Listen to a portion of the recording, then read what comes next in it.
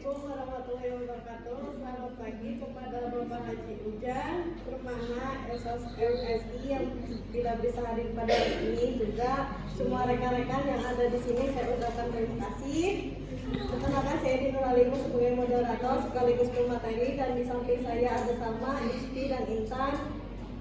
Pada hari ini kelompok kami akan membawakan materi mengenai hak asasi manusia. Untuk mempersingkat waktu, langsung saja kita mulai ke sesi yang pertama, yaitu penyajian materi. Saya persilakan kepada Salma.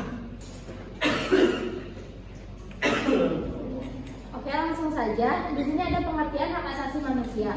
Dalam pasal 1 Undang-Undang Nomor 39 Tahun 1999 tentang HAM disebutkan bahwa hak asasi manusia adalah seperangkat hak yang melekat pada hakikat dan keberadaan manusia sebagai makhluk Tuhan yang Maha Esa dan merupakan anugerahnya yang wajib dihormati, dijunjung tinggi dan dilindungi oleh negara, hukum, pemerintah, dan setiap orang demi kehormatan serta perlindungan hak dan martabat manusia. Ada ruang lingkup HAM meliputi yang satu ada hak pribadi, hak persamaan hidup, kebebasan, keamanan, dan lain-lain. Kedua, ada hak milik pribadi dan kelompok sosial tempat seseorang berada. Ketiga, ada kebebasan sipil dan politik untuk dapat ikut serta dalam pemerintahan serta hak-hak berkenaan dengan masalah ekonomi dan sosial. Dan terakhir ada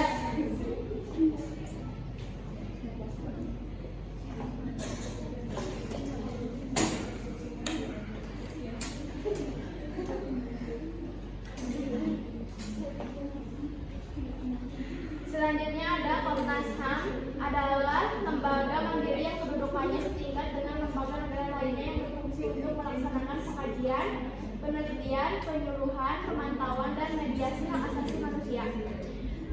Di sini ada tujuan Komnas HAM antara lain. Yang pertama ada mengembangkan kondisi yang kondusif bagi pelaksanaan hak asasi manusia sesuai dengan Pancasila, Undang-Undang Dasar 1945, dan Piagam PBB serta Deklarasi Universal Hak Asasi Manusia. Yang kedua, ada meningkatkan perlindungan dan penegakan hak asasi manusia guna berkembangnya pribadi manusia Indonesia seutuhnya dan kemampuannya untuk berpartisipasi dalam berbagai bidang kehidupan.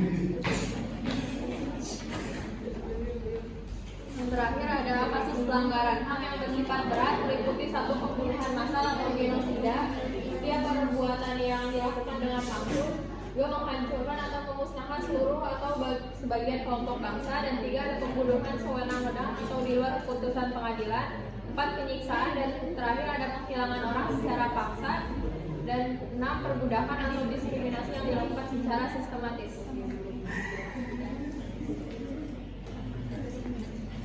Baik, kita lanjut sesi yang kedua, yaitu sesi tanya jawab.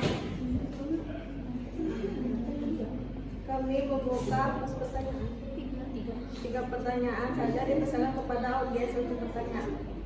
Apakah ada yang mau ditanyakan?